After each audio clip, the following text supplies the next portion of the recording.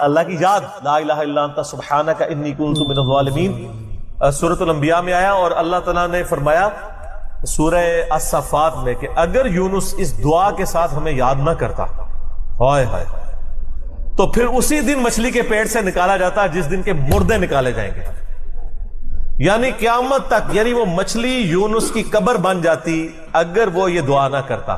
اس سے کئی رزلٹ نکلے۔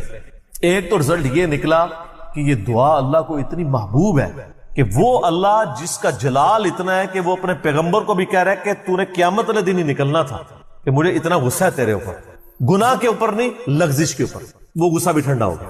اس لیے میں کہتا ہوں سب سے بیسٹ استغفار جو آئے ہیں ان میں سے ایک لا الہ الا انت سبحانک انی کنت من الظالمین ہے، اور جامعہ ترمذی میں حدیث ہے جو شخص بھی یونس کی دعا کے ساتھ اللہ کی طرف متوجہ ہوا اللہ اسے محروم نہیں لوٹائے گا۔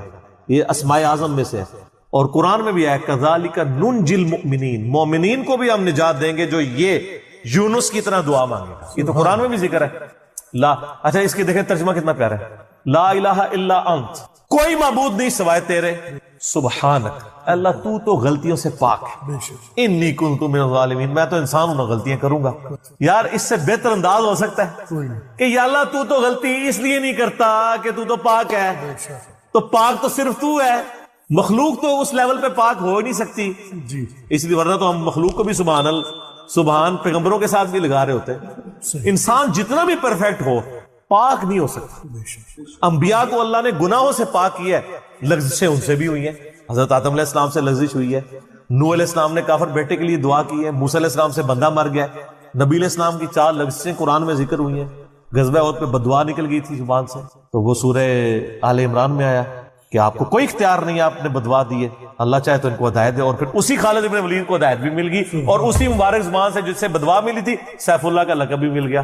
ٹھیک ہے، یہ سب اللہ کے اختیار ہے۔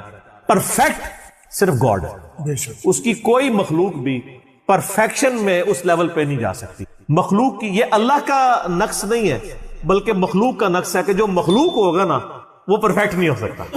جیسے خالق ہمیشہ سے ہے، مخلوق ہمیشہ سے ہو ہی نہیں سکتی۔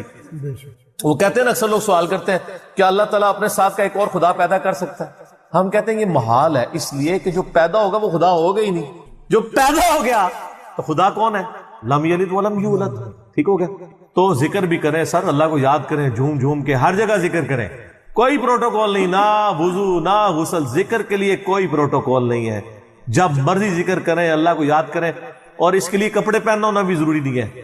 اکثر لوگ یہ سمجھتے ہیں کپڑے پہننا ضروری ہے، نہ کوئی ضروری نہیں ہے۔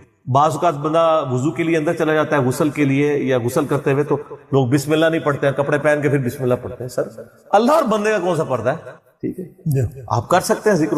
اگلا سوال ہے، میں نے اپنی زندگی میں بہت شرک کیا ہے لیکن الحمدللہ اب توبہ کر چکا ہوں، لیکن اس کے باوجود یہی فکر دامن گیر رہتی ہے کہ شرک تو ناقابل معافی گناہ ہے، معلوم نہیں کہ میری توبہ قبول ہوگی بھی یا نہیں، مجھے بتائیں میں کیا کروں۔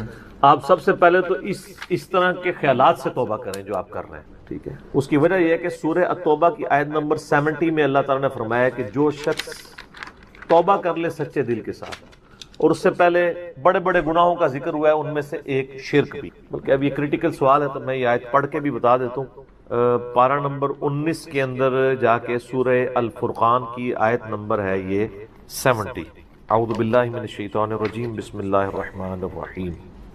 ہاں جی یہ آ گیا، والذین لا يدعون مع اللہ الہا آخر، یعنی اللہ تعالیٰ اہل ایمان کی نشانی بتا رہا ہے کہ وہ ایسے لوگ ہیں کہ وہ اللہ کے ساتھ کسی اور کو الہ کے طور پر نہیں پکارتے، وَلَا يَقْتُلُونَ النَّفْسَ الَّتِي حَرَّمَ اللَّهُ إِلَّا بِالْحَقِّ، اور کسی جان کو ناحق قتل نہیں کرتے۔ ہاں بفتوی شریعت والا معاملہ علیحدہ ہے، یعنی قتل کے بدلے قتل، وہ بھی گورنمنٹ کا جوڈیشری کا کام ہے، آپ نے خود نہیں کرنا۔ وَلَا يَزْنُونَ، نہ زنا کرتے ہیں۔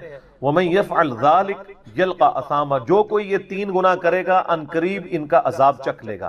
کون سے 3 بڑے گناہ گنوائے گئے ہیں؟ نمبر 1 اللہ کے ساتھ شرک، نمبر 2 قتل ناحق، اور نمبر 3 زنا۔ حتیٰ کہ بخاری مسلم میں ایک حدیث ہے کہ نبی علیہ السلام سے جب بڑے بڑے گناہوں کے بارے میں پوچھا گیا نا تو آپ نے یہی 3 گناہ گنوائے، اور پھر آپ نے کہا قرآن پڑھ کے دیکھو، یعنی نبی علیہ السلام بھی اپنی بات کی دلیل میں قرآن پیش کرتے ہیں، ماشاء اللہ تعالی۔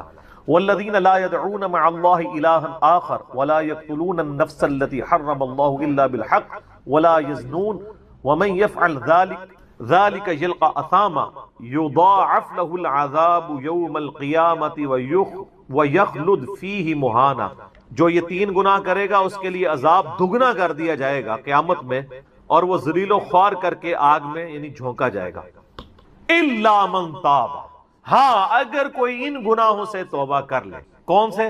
نمبر 1 شرک، نمبر 2 قتل نہ حق، اور نمبر 3 زنا. وآمن وعمل عملا صالحا، اور ایمان لے آئے، یعنی ایمان تو پہلے بھی ہوگا نہیں، صحیح والا ایمان، اور نیک عمل کرے. فاولئک یبدل اللہ سیئاتہم حسنات، تو پھر ایسے شخص کے گناہوں کو بھی اللہ تعالیٰ نیکیوں سے بدل دے گا. صرف معافی نہیں سر، جتنے بڑے بڑے گناہ تھے اسی لیول کی بڑی بڑی نیکیاں. وَكَانَ اللَّهُ غَفُورًا رَحِيمًا، اور اللہ تعالیٰ تو بخشنے والا مہربان ہے. وَمَن تَابَ وَعَمِلَ صَالِحًا، جو کوئی توبہ کرے اور نیک اعمال کرے، فَإِنَّهُ يَتُوبُ إِلَى اللَّهِ مَتَابًا، تو اللہ تعالیٰ کہتا ہے کہ میرے ذمہ ہے اس کی توبہ کو قبول کرنا. یعنی اللہ تعالیٰ نے اپنے اوپر خود سے واجب کیا، حالانکہ اللہ تعالیٰ کسی چیز کا پابند نہیں ہے کہ جو میری طرف رجوع لائے گا میں اسے ضرور معاف کروں. تو اگر کسی شخص کو اس طرح کا وہم آتا ہے نا، اور یہ وہم اس لیے بھی آ رہا ہوتا ہے، بعض اوقات لوگ یعنی اس کا ترجمہ کرتے ہوئے بالکل لفظی ترجمہ کر رہے ہوتے ہیں. قرآن حکیم کی آیات چونکہ پورے کانٹیکسٹ کے ساتھ ہوتی ہیں، بیک گراؤنڈ میں آیات نازل ہوئی ہوتی ہیں، لہٰذا میں جب بھی ان آیات کا ترجمہ کرتا ہوں نا، جب اسپیسیفکلی شرک کو ایڈریس کر رہا ہوتا ہوں، میرا لیکچر نمبر ہے مسئلہ نمبر 3 دعا صرف اللہ ہی سے، اور سچ پیپر بھی ہے اس کے اوپر، تو ہم یہ ترجمہ جو ہے نا یہ آیت ان اللہ لا یغفر ان یشرک بہ، بے شک اللہ اس گناہ کو کبھی معاف نہیں کرے گا کہ کوئی شخص اللہ کے حضور قیامت والے دن اس حال میں پیش ہوا کہ اس نے دنیا میں شرک کیا ہوا، یعنی بغیر توبہ کے وہ مرا. وَيَغْفِرُ مَا دُونَ ذَلِكَ لِمَن يَشَاءُ، اور شرک کے علاوہ ہر گناہ معاف کر دے گا، وہ بھی اوپن لائسنس نہیں، جس کے لیے چاہے گا. یعنی جو شخص شرک سے توبہ کیے بغیر گیا نا، اس کی تو توبہ ہے ہی نہیں قیامت. ہاں دنیا میں کر گیا وہ معاملہ علیحدہ ہے، قیامت میں اللہ سے اس حال میں ملا کہ اس نے دنیا میں شرک کیا ہوا اور توبہ نہیں کی، تو اللہ تعالیٰ اس کا گناہ معاف نہیں. وَمَن يُشْرِكْ بِاللَّهِ فَقَدْ ضَلَّ ضَلَالًا بَعِيدًا، جو کوئی شرک کرتا ہے وہ گمراہی میں دور جا پڑا. وَلِعَوْذُ بِاللَّهِ تَعَالَى. دنیا میں تو میرے بھائی جامعہ ترمذی میں حدیث ہے، نبی علیہ السلام نے فرمایا موت کے غرغرے سے پہلے اللہ تعالیٰ توبہ قبول کرتا. موت کے غرغرے سے مراد ہے نزع کا عالم طاری ہونے سے پہلے. جب کسی کو موت نظر آ گئی نا، اب وہ توبہ نہیں کر سکتا. تو قرآن حکیم میں ہے نا، فرعون جب ڈوبنے لگا تھا تو اس نے کیا کہا تھا، میں ہارون اور موسیٰ کے رب پر ایمان لاتا ہوں، بنی اسرائیل کے رب پہ. تو اللہ تعالیٰ نے کیا فرمایا تھا، الآن، اب لایا ایمان. حالانکہ ایمان تو لے آیا تھا، وہ غرغرہ تو وہ لے ہی رہا تھا نا، غوطہ تو کھا رہا تھا نا. تو موت کے غرغرے سے مراد ہے نزع کا عالم طاری ہونے سے پہلے. اور اس میں ایک پوائنٹ کئی دفعہ ہائی لائٹ کر چکا ہوں، یہاں پہ بھی کر دوں.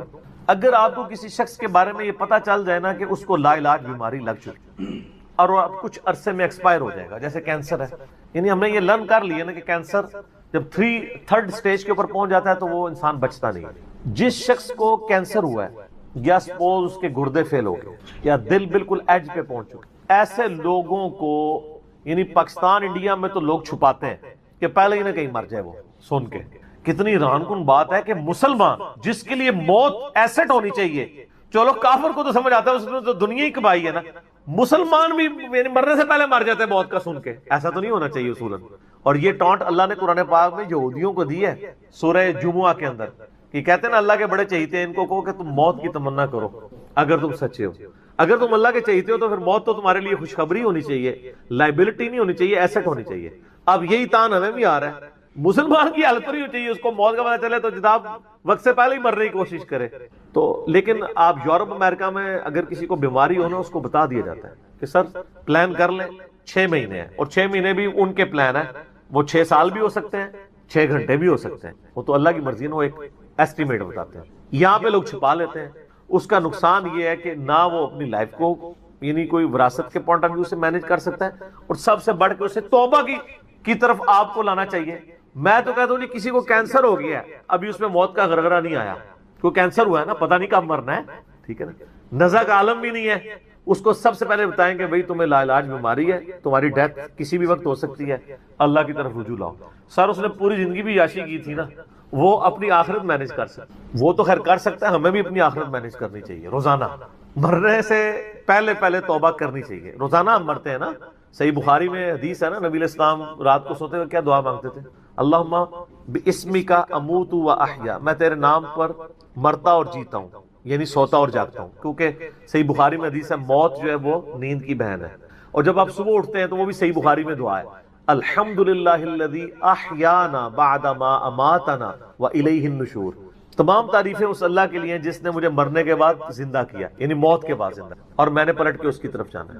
تو رات کو سونے سے پہلے توبہ کریں، اور سب سے بیسٹ توبہ تو وہ بخاری مسلم میں حدیث ہے، جس نے رات میں سورۃ البقرہ کی آخری 2 آیات پڑھ لی اسے ہر چیز سے کفایت کر جائیں گی۔ آمن الرسول بما انزل الیہ من ربہ والمؤمنون کل آمن باللہ وملائکتہ وکتبہ ورسلہ لا نفرق بین احد من رسلہ وقالوا سمعنا واطعنا غفرانک ربنا والیک المصیر لا یکلف اللہ نفسا الا وسعها۔ آنورڈ، اس میں تجدید ایمان بھی ہے، اللہ پر ایمان، کتابوں پر، فرشتوں پر، اس کے بعد دعائیں ہیں، ربنا لا تؤاخذنا ان نسینا واخطانا، اس کے اندر توبہ شامل ہے۔ سب سے بیسٹ تجدید ایمان جو ہے سورہ بقرہ کی آخری 2 آیات ہیں، اور یہ ہمارے وظیفے میں ہم نے بلو کارڈ کے اوپر بھی لکھا ہے کہ نبی علیہ السلام نے فرمایا، اور یہ حدیث بخاری مسلم دونوں میں، جو شخص رات کو سونے سے پہلے سورۃ البقرہ کی آخری 2 آیات پڑھ لے، اس میں جو کچھ اللہ سے مانگا ہے وہ اس کو دے دیا جائے گا، یہ بھی الفاظ ہے۔ تو اس میں کیا کچھ مانگا ہوا ہے؟ تو تجدید ایمان۔ پھر صحیح بخاری میں حدیث ہے کہ نبی علیہ السلام فرمایا جو صبح یقین کے ساتھ ایک دفعہ پڑھ لے سید الاستغفار، اور شام سے پہلے اگر مر گیا سیدھا جنت میں جائے گا، اور اگر شام کو پڑھ لیا پورے یقین کے ساتھ، یقین سے مراد ہے کہ باقی توبہ کا اس کا ارادہ ہوا، صبح سے پہلے مر گیا سیدھا جنت۔ اللہم انت ربی لا الہ الا انت خلقتنی وانا عبدک وانا علی عہدک ووعدک ما استطعت اعوذ بک من شر ما صنعت ابوء لک بنعمتک علی وابوء بذنبی فاغفر لی فانہ لا یغفر الذنوب الا انت۔ یہ سید الاستغفار ہے۔ تو یہ وہ ہے توبہ جو روزانہ کرنی چاہیے، نزا سے پہلے پہلے، یعنی صبح بھی پڑھے شام کو پڑھے۔ بلکہ مسند البزار میں صحیح سند کے ساتھ ہے کہ نبی صلی اللہ علیہ وآلہ وسلم ہر فرض نماز کے بعد بھی سید الاستغفار پڑھتے ہیں، ہر فرض نماز کے بعد۔ ایک تو ہم پڑھتے ہیں نا اللہ اکبر استغفر اللہ استغفر اللہ استغفر اللہ اللہم انت السلام و منک السلام تبارک یا ذا الجلال والاکرام، اس کے بعد آپ سید الاستغفار آیت الکرسی بھی پڑھیں، آیت الکرسی کے بارے میں بھی آیا ہے سنن نسائی الکبریٰ کے اندر صحیح سند کے ساتھ، ہم نے گرین کارڈ میں ڈالا ہے کہ جو شخص آیت الکرسی فرض نماز کے فوراً بعد پڑھے گا مرتے ہی جنت میں جائے گا، لیکن نماز پڑھے گا، خالی آیت الکرسی نہیں، نماز کے فوراً بعد، تو نماز بھی اس کو پڑھنی چاہیے۔ تو اس طرح یعنی تجدید ایمان والا یہ معاملہ بھی کرنا چاہیے، اور یہ وہمی نہیں بننا چاہیے کہ اللہ تعالیٰ معاف نہیں کرے گا۔ صحیح بخاری اور مسلم دونوں میں حدیث ہے کہ میں اپنے بندے کے گمان کے قریب ہوں، جو بندہ میرے لیے گمان کرتا ہے میں ویسا ہوں اس کے۔ جو شخص یہ کہتا ہے اللہ مجھے معاف نہیں کرے گا تو اس کو واقعی اللہ معاف نہیں، اور جو کہے گا کہ اللہ تعالیٰ مجھے معاف کر دے گا اسے اللہ معاف کر دے گا۔ تو انشاءاللہ تعالیٰ یہ کبھی ایسا نہیں کرنا چاہیے اللہ تعالیٰ سے نا امیدی والا معاملہ۔ آپ اپنے رب کے وعدوں پر، نبی صلی اللہ علیہ وسلم کے وعدوں پر یقین رکھیں کہ جس شخص نے سچے دل سے توبہ کی ہے اس کی نہ صرف توبہ قبول ہوگی سورۃ الفرقان آیت نمبر 70 کے تحت، بلکہ اس کے گناہوں کو بھی نیکیوں سے بدل دیا جائے گا۔ تو اللہ تعالیٰ رجوع لانے والوں کو پسند فرماتا ہے، بار بار رجوع لاتے رہنا چاہیے، اللہ تعالیٰ سے اپنے آپ کو آزاد نہیں کرنا چاہیے، نیکی کی ہو یا نہ کی ہو، گناہ کیا ہو یا نہیں کیا، یہ علیحدہ سے بات ہے۔ نبی علیہ السلام سے بڑھ کر کون نیک ہو سکتا ہے؟ صحیح بخاری میں حدیث ہے کہ میں بھی روزانہ 70 سے زیادہ دفعہ اپنے رب کی طرف استغفار لے کے آتا ہوں، استغفر اللہ و اتوب الیہ، نبی علیہ السلام۔ اور یہ 70 کا عدد آپ نے کثرت کے لیے بولا ہے، عربی میں 70 کا مطلب 70 ڈیجٹ نہیں ہوتا، 70 کا مطلب 1000 دفعہ بھی ہو سکتا ہے، 10,000 دفعہ بھی ہو سکتا ہے، 100 دفعہ بھی ہو سکتا ہے، کثرت کے لیے بولا جاتا ہے۔ تو استغفار تو بندے کی ضرورت ہے، یہ اللہ سے ایک نیکی ہے، اور ہر چیز کے ساتھ استغفار اٹیچ ہے۔ آپ دیکھیں کہ محفل سے اٹھنے کی جو دعا ہے اس میں استغفار ہے، سبحانک اللہم وبحمدک اشہد ان لا الہ الا انت استغفرک واتوب الیک، سنن نسائی میں حدیث ہے۔ پھر سنن نسائی الکبریٰ میں حدیث ہے کہ نبی علیہ السلام وضو کے بعد بھی یہ دعا پڑھتے تھے، سبحانک اللہم وبحمدک اشہد ان لا الہ الا انت استغفرک واتوب الیک، اور فرمایا یہ پڑھ لو تو یہ اللہ تعالیٰ قیامت کے دن تک کے لیے اس کو سنبھال کے رکھ دے گا، تمہیں اس کے عوض نیکیاں ملیں گی، ٹھیک ہے نا۔ تو رجوع اللہ، استغفار، ہر وقت اللہ کی طرف رجوع لاتے رہنا۔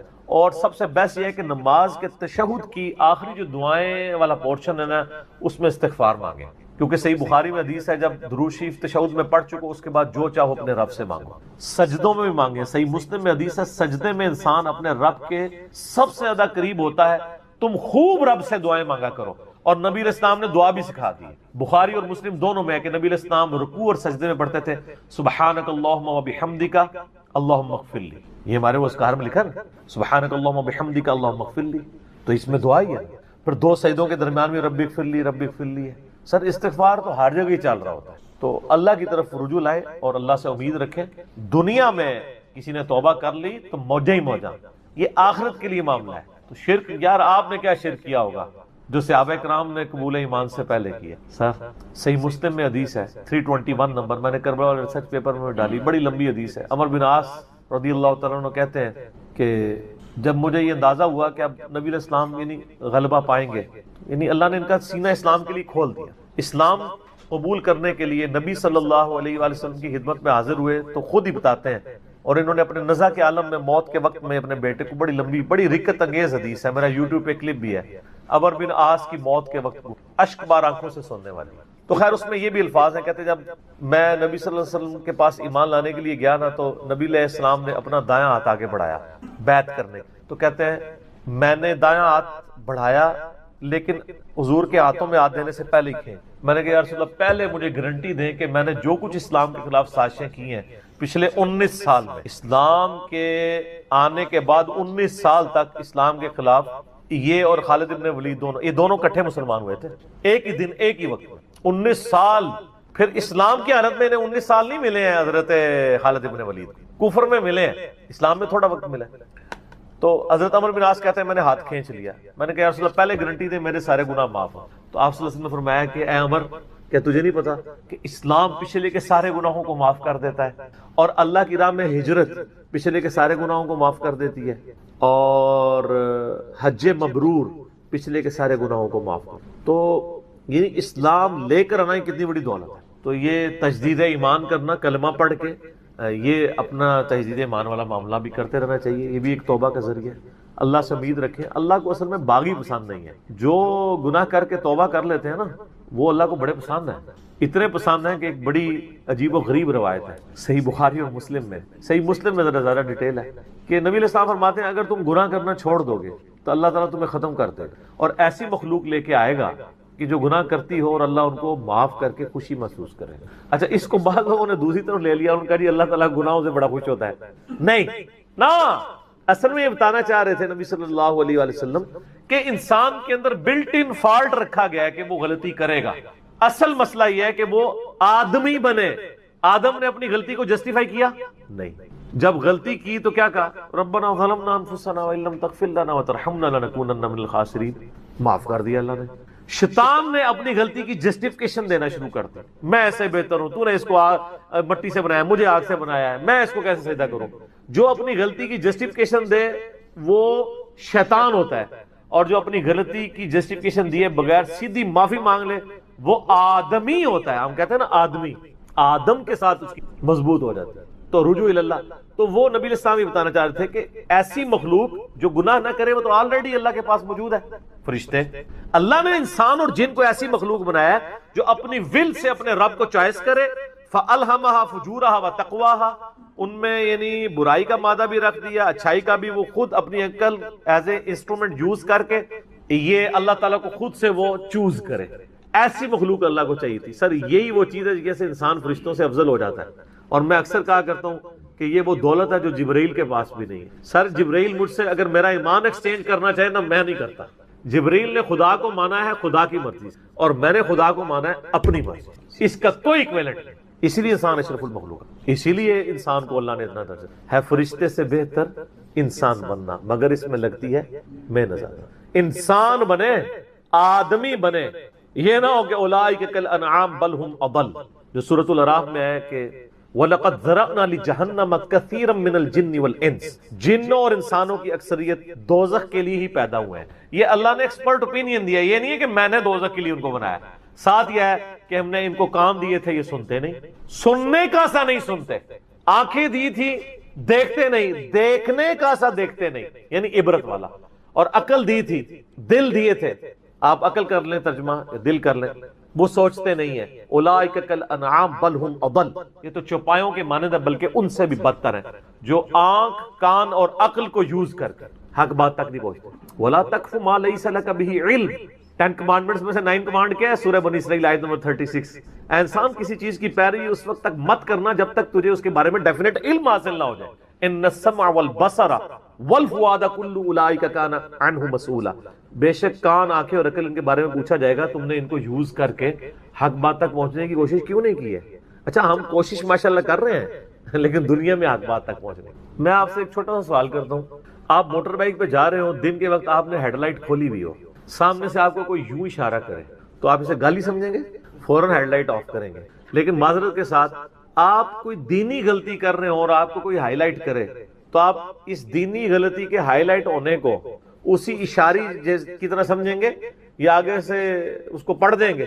جہاں تو یہی ہوتا ہے، پڑھ دیتے ہیں۔ اسی لیے اکثر لوگ بتانا ہی چھوڑ گئے ہیں، وہ کہتے ہیں یار کہ دسیو کتنے بوڑھے ہو چکے ہیں، وضو کرنے کا طریقہ نہیں، یہاں تک صرف بازو اوپر کیا ہوتا ہے، ان کو پتہ نہیں کہ کون سمیت دھونا ہے، سال لوگ دیکھ رہے ہوتے ہیں، کہتے ہیں یار چھوڑ۔ حالانکہ وہی بندہ اس وقت گڑھے میں گرنے لگے نا تو کتنے لوگ اس کو پکڑانے کے لیے آ جائیں گے، کیونکہ وہ فزیکلی نظر آ رہا ہوگا نا، آخرت کا گڑھا نظر نہیں آ رہا نا، انسان کہتا ہے خیر ہے۔ یہی ہمدردی ہماری آخرت کے پوائنٹ آف ویو سے بھی ہونی، اور یہی حوصلہ ہمیں سننے کے اعتبار سے بھی ہونا چاہیے۔ میں اکثر کہتا ہوں کہ دنیا میں اگر آپ کو گالی دے کے بھی آپ کے دنیا کے نفع کی کوئی بات کرے نا، فلانا ٹنگیا تو اتنے بیٹھے ہیں، ادھر تو اناؤنسمنٹ ہوئی ہے کہ جناب جو اپنا شناختی کارڈ لے کے آ جائے تو اس کو راشن فری مل رہا ہے، تو آپ کو اس دوست کی گالی یاد آئے گی کہ یار بڑی مہربانی، بعد میں بھی آ کے بھی شکریہ ادا کریں گے۔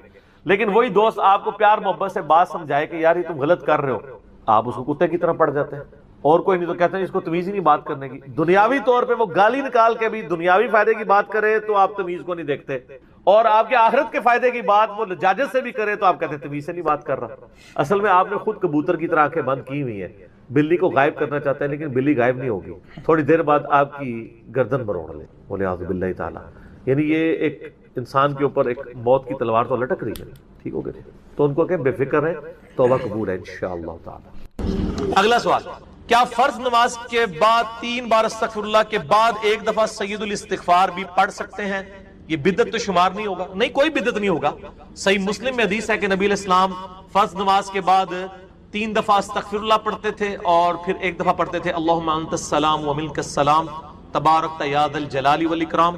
اور بخاری اور مسلم دونوں میں ہے کہ فرض نماز کا مکمل ہونا نبی علیہ السلام کی ہم تکبیر کی آواز سے پہچانتے تھے، یعنی بلند آواز سے آپ اللہ اکبر کہتے تھے۔ پہلے ایک دفعہ اللہ اکبر بلند آواز سے کہنا ہے، پھر 3 دفعہ آہستہ آواز میں استغفر اللہ۔ یہ ہمارے اہل حدیث بھائی جو ہیں اس سنت پہ عمل کر رہے ہیں، لیکن وہ استغفر اللہ بھی اونچا بولتے ہیں۔ استغفر اللہ اونچا بولنا خلاف سنت ہے، صرف اللہ اکبر بلند آواز سے۔ اور دوسری طرف علماء عرب ہیں، انہوں نے اپنے اذکار کارڈ میں سے اللہ اکبر نکال ہی دیا ہوا ہے، وہ صرف استغفر اللہ پڑھتے ہیں۔ اور جب ان سے پوچھیں کہ یار اللہ اکبر نہیں پڑھتے، وہ کہتے ہیں نہیں، یہ جو بخاری مسلم میں ہے نا کہ نبی علیہ السلام بلند آواز سے تکبیر پڑھتے تھے، تو تکبیر سے مراد استغفر اللہ ہے۔ دیکھیں آپ بندہ کو ضد میں، استغفر اللہ کس عربی ڈکشنری میں تکبیر ہے؟ اگر آپ نہیں مانتے تو ہم آپ کو علم الکلام اور فقہ والا جواب دیتے ہیں۔ بخاری مسلم میں حدیث ہے، حضرت ابو ہریرہ کہتے ہیں کہ نبی علیہ السلام جب نماز شروع کرتے تو تکبیر کہتے، جب رکوع میں جاتے تو تکبیر کہتے، جب رکوع سے سر اٹھاتے تو سمیع اللہ لمن حمیدہ ربنا ولک الحمد کہتے، جب سجدے میں جاتے تو تکبیر کہتے، جب سجدے سے سر اٹھاتے تو تکبیر کہتے۔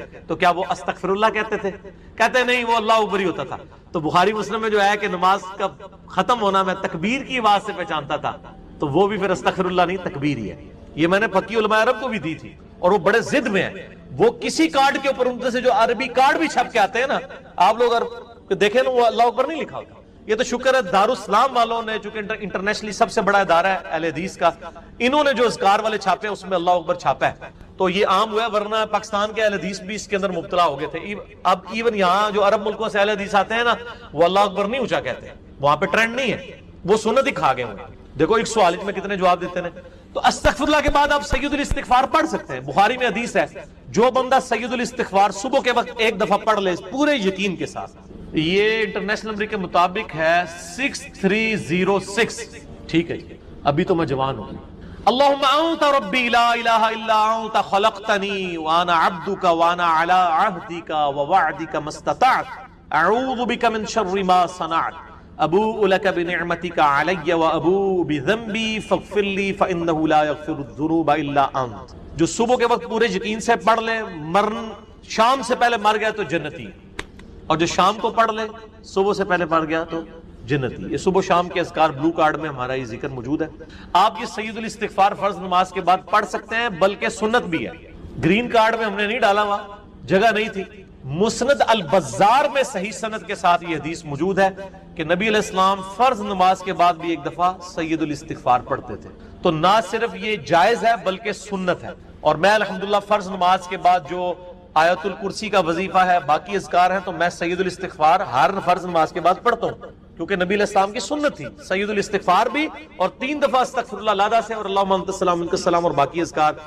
اور یہ تو میں صرف سمجھانے کے لیے کہہ رہا ہوں، یہ تو آپ گن بھی نہیں سکتے. قرآن پاک میں اللہ تعالیٰ نے فرمایا نا کہ اللہ کی نعمتیں اتنی زیادہ ہیں کہ تم انہیں شمار کرنا چاہو تو شمار بھی نہیں کر سکتے. تو وہاں سے اللہ تمہیں رزق دے گا، تمہیں گمان بھی نہیں ہوگا. اب رزق کے لیے ضروری نہیں ہے کہ آپ کے پاس مال و دولت اور آپ کے ایسٹس بڑھ جائیں. یہ بھی اللہ تعالیٰ کا بہت بڑا رزق ہے کہ آپ کے پاس جو تھوڑے بہت ایسٹس ہیں وہ سلامت ہیں. کسی ایک میڈیکل کیس کسی گھر کے اندر 1 کروڑ پڑتی بندے کو بھی لا کے زیرو پہ کھڑا کر سکتے. آپ کی زندگی میں کئی ایسے کیسز ہوئے ہوں گے، جدادیں تک بک جاتی ہیں. اور مجھے واصف علی واصف صاحب کی بات یاد آ گئی.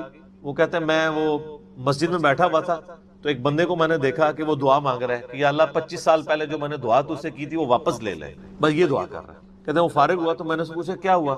اس نے کہا جی 25 سال پہلے میں نے اللہ سے رو رو کے ایک بیٹا مانگا تھا، میری بیٹی ہی تھی صرف، اور وہ بیٹا میرے گاٹے فٹ ہو گیا، یعنی وہ نشے میں مبتلا ہو گیا، سارا گھر کا مال اس نے بیچ دیا، مجھے کنگال کر دیا. تو میں اللہ سے کہہ رہا ہوں یا اللہ یہ اولاد واپس ہی لے لے. تو یہ بھی تو ہو سکتا ہے. سورہ توبہ میں آتا ہے، اللہ تعالیٰ آتا ہے اپنے جو فاسق و فاجر لوگوں کے بارے میں کہ اللہ تعالیٰ چاہتا ہے کہ ان کی اولاد کو ہی ان کے لیے عذاب بنا، اولاد بھی عذاب بن سکتی. اسی لیے میں دعا کیا سکھائی گئی ہے، ربنا ھب لنا من ازواجنا وذریاتنا قرۃ اعین واجعلنا للمتقین اماما. اے اللہ ہماری بیویوں اور ہماری اولاد میں آنکھوں کی ٹھنڈک بنا اور ہمیں پرہیزگاروں کا امام بنا، ہماری آنے والی نسلیں پرہیزگار ہوں، ورنہ یہ تو مصیبت بھی گلے پڑ سکتی. تو ایک میڈیکل کیس آپ کو کہاں سے کہاں لے کے جا سکتے، ایک بچے کا نافرمان ہونا آپ کو کہاں سے کہاں لے کے جا سکتے. اور اس سے بڑی ناکامی تو آخرت کی ناکامی ہے. ایسا بچہ بھی ہو سکتا ہے کہ جو آپ کی دنیا تو برباد نہ کرے لیکن آخرت برباد کر دے، اس کی وجہ سے آپ گناہوں میں مبتلا ہو جائے. تو یہ بھی رزق کی ایک فارم ہے. رزق صرف یہ نہیں ہے کہ آپ کے لیے مال پانی کھل جائے، بلکہ مال سبسسٹنس لیول پہ بھی موجود ہے، لیکن آپ کو کوئی ایسی تکلیف نہیں آ رہی کہ جس کی وجہ سے آپ کا مال نہیں نکل رہا. ورنہ ایک بندہ 10 لاکھ روپے مہینے کا کماتا ہے اور 9 لاکھ روپے اس کا نکل جاتا ہے، کیا فرق پڑا اس کو؟ اس نے کون سا ایسٹ بنا لیا. اور جو اذیت گزار رہا ہے وہ اللہ سے، اس کو تو کوئی سوچ بھی نہیں سکتا، جو ذہنی ٹینشن ہے. صحیح بخاری مسلم میں حدیث ہے، نبی علیہ السلام فرمایا ہمیشہ اپنے سے نچلے لوگوں کو دیکھو تو تمہیں یوں اللہ تعالیٰ کی نعمتوں پر صبر نصیب ہوگا اور قناعت نصیب ہوگی. اوپر نہ دیکھو. اور پھر بخاری مسلم میں یہ حدیث ہے کہ ابن آدم کے پاس اگر سونے کی 2 وادیاں ہوں تو وہ خواہش کرے گا تیسری وادی بھی مجھے مل جائے، اس کا پیٹ صرف قبر کی مٹی بھری. بخاری مسلم دونوں میں حدیث ہے کہ انسان کہتا ہے میرا مال میرا مال میرا مال. نبی علیہ السلام فرمایا تیرا مال تو وہ ہے جو تو نے کھا پی لیا یا پہن کر بوسیدہ کر دیا یا اللہ کی راہ میں خرچ کر کے آخرت کے لیے محفوظ کر لیا. باقی جتنا مال ہے وہ تو تیرے ورثہ کا مال ہے، تو کہتا ہے میرا مال ہے. پھر بخاری مسلم دونوں میں حدیث ہے کہ نبی علیہ السلام نے فرمایا کہ انسان کے 3 دوست ہیں، ایک دوست ہی اس کی قبر تک ساتھ جاتا ہے، وہ اس کے اعمال ہیں. باقی جو 2 دوست ہیں وہ باہر ہی رہ جاتے ہیں، اس کے رشتہ دار اور مال. اب مال ساتھ جاتے ہیں. مال بھی آپ ساتھ لے کے جا سکتے ہیں، لیکن وہ مال جو آپ نے پہلے اپنی زندگی میں اپنی مرضی سے اللہ کی راہ میں خرچ کر دیا، وہ اللہ کے ڈیوائن بینک میں جمع ہے. وہ قرآن پاک میں سورۃ البقرہ میں آیا 700 گنا تک کہ اللہ تعالیٰ کر کے لوٹائے گا، بلکہ یہاں تک فرمایا کہ یہ اللہ تعالیٰ کو تم قرض دے رہے ہو اور اللہ تعالیٰ اس قرض کو لوٹائے گا. دیکھیں کتنا قدردان ہے کہ دیتا اللہ ہے، اور جب اسی کے دیے ہوئے میں سے آپ اسی کی راہ میں خرچ کرتے ہیں تو وہ کہتا ہے کہ یہ تم نے مجھے قرض دی. اللہ کہتا ہے میں تمہارا مقروض ہوں، تمہیں لوٹاؤں گا. یہ ہے اللہ تعالیٰ کی قدردان. جامعہ ترمذی میں حدیث ہے، مسند امام احمد میں موجود ہے کہ نبی علیہ السلام فرمایا کہ جب بھی کوئی شخص دعا کرتا ہے وہ خالی نہیں جاتی. یا تو اس دعا کے عوض جو تم نے مانگا وہ اللہ تمہیں عطا کر دیتا ہے، یا اس سے بہتر یعنی اس کی برکت سے اللہ تعالیٰ بہتر نعم البدل دیتا ہے، تمہاری کوئی تکلیف ٹال دیتا ہے، یا پھر اس دعا کو سنبھال کے رکھتا ہے قیامت کے دن کے لیے اور اس دعا کے ایکویلنٹ تمہیں اجر عطا فرما. تو دعا تو بہت ضروری ہے، اللہ کی طرف رجوع لانا ہے. ٹاپک اور طرف چلا جائے گا، فی الوقت اس کی طرف آپ کنسنٹریٹ کریں کہ اللہ تعالیٰ ہمارا ہے کہ تمہیں وہاں سے رزق ملے گا، تمہیں گمان بھی نہیں ہوگا. وَمَن يَتَوَكَّلْ عَلَى اللَّهِ، اور جو کوئی اللہ پر توکل کرے فَهُوَ حَسْبُهُ، تو اللہ اس کے لیے کافی ہے. ان اللہ بالغ امری، اللہ تعالیٰ تو اپنا کام پورا کر کے رہتا ہے. لیکن قد جعل اللہ لکل شیء قدرا، اللہ نے ہر معاملے کے لیے ایک اندازہ مقرر کر رہا ہے. اسی کو ہم وہ کہتے ہیں نا کہ اللہ کے ہاں دیر ہے اندھیر نہیں ہے. لیکن یہ دیر بھی ہم صرف سمجھانے کے لیے کہتے ہیں، وہ دیر نہیں ہے. وہ اللہ کا رول ہی یہی ہے کہ اللہ تعالیٰ نے کسی معاملے کو کس لیول کے اوپر جا کے ایڈریس کرنا ہے. 23 سال تک مشرکین عرب کو دیکھیں نا مہلت ملی ہے. کتنے لوگوں نے کہا کہ دیکھو کان پک گئے ہیں ہمیں سنتے ہوئے, نبی علیہ السلام ہمیں دھمکیاں لگاتے ہیں کہ قوم عاد قوم سمود کی طرح تم بھی برباد کر دیے جاؤ گے, جب وقت کے پیغمبر کا انکار کرو گے تو عذاب تو کوئی نہیں آ رہا. اور قرآن پاک میں پھر نبی علیہ السلام کے بارے میں بھی آتا ہے کہ آپ علیہ السلام نے بھی تھوڑی سی بے صبری کا مظاہرہ کیا. سورۃ الانعام کے سٹارٹ میں آپ پڑھ کے دیکھ لیں تو اللہ تعالیٰ نے پھر جلال فرمایا کہ اے نبی تم چاہو تو جاؤ زمین میں کوئی سرنگ تلاش کر لو یا آسمان میں کوئی سیڑھی لگا کے ان کی مرضی کا معجزہ انہیں لا کے دکھا دو. ہم اپنے فیصلوں میں یعنی کسی کے پابند نہیں ہیں. پھر سورہ آل عمران میں آتا ہے جب غزوہ احد کے موقع پہ نبی علیہ السلام کی زبان سے بددعا نکل گئی خالد ابن ولید کے لیے کہ اللہ تعالیٰ ایسی قوم کو کیسے ہدایت دے گا جنہوں نے اپنے نبی کا چہرہ خون سے رنگ دیا. یہ صحیح مسلم میں الفاظ ہیں, قرآن پاک میں اشارتاً اس کا ذکر ہے. سورہ آل عمران میں اللہ تعالیٰ نے فرمایا کہ نبی آپ کو کوئی اختیار نہیں ہے, اللہ تعالیٰ چاہے تو ان کو ہدایت بھی دے. ہائے ہائے, یہ اللہ کے فیصلے ہیں, یہ کسی انسان کا کوئی فیصلہ. تو اب ان آیات کی روشنی میں بزرگ تو کسی کھاتے میں نہیں بنتے, لوگ بزرگوں کو لے کے بیٹھ رہے ہوتے ہیں جی بزرگ دعا کریں گے, بزرگ کر دیں گے. بزرگوں نے کیا کرنا ہے؟ یا تو نبی علیہ السلام کے بارے میں فرمایا جا رہا ہے کہ آپ کو کوئی اختیار نہیں ہے, اللہ تعالیٰ چاہے تو بخش دے, اللہ تعالیٰ چاہے گرفت فرمائے, اللہ تعالیٰ چاہے ڈھیل دے. اللہ نے ہر کام کے لیے ایک اندازہ مقرر کیا ہوا ہے, وہ اسی موقع کے اوپر اللہ تعالیٰ اس چیز کو اسٹیبلش کرے. وہ اللہ کے ڈیوائن علم میں ہے کہ کب اللہ تعالیٰ نے اسلام کا غلبہ کروانا ہے. جب نہیں کروایا تو 13 سال میں 125 بندے ہی مسلمان ہوئے ہیں, اور اگلے 13 سال کے اندر دونوں سپر پاورز بھی الٹ دی گئی ہیں. دونوں طرف ٹائم پیریڈ تو ایک ہی ہے. تو یہ اللہ تعالیٰ فیصلے فرما. عمر اور رزق میں برکت کے لیے کوئی وظیفہ بتا دیں. اس میں نے بتا دیا نا, صحیح بخاری مسلم دونوں میں حدیث ہے, نبی صلی اللہ علیہ وآلہ وسلم نے فرمایا جو شخص یہ چاہے کہ اس کے رزق میں برکت کر دی جائے, عمر دراز کر دی, تو اپنے رشتہ داروں کے ساتھ اس نے, لیکن یہ بھی تقدیر میں لکھا ہوا ہوگا کہ وہ کرے گا تو یہ ہو جائے گا, تو اسی کو توفیق ملے گی نا. تو اللہ تعالیٰ اس کی عمر میں برکت صرف یہ نہیں ہے کہ ایک بندہ 60 سال کا ہے تو اب 100 سال پہ مرے. کئی 100 سال کی زندگی پاتے ہیں اور کام چوانی کا بھی نہیں کر کے مرتے, اور بعض لوگ 50 سال میں اتنا کام. امام شافعی کی عمر 55 سال تھی صرف جب فوت ہوئے ہیں. چلو شافعی کو تو چھوڑ دیں, اس سے پہلے آ جائیں. عمر بن عبدالعزیز 38 سال کی عمر میں فوت ہوئے ہیں. 38 سال کی عمر میں 3 براعظموں پہ ایسے نقوش چھوڑ گئے ہیں کہ آج دنیا حیران ہے. تو ان کو تو عمر بھی کوئی نہیں ملی. یہ نہیں ہوتا کہ آپ کو عمر کتنی ملی ہے, آپ نے اس عمر میں کیا کیا ہے.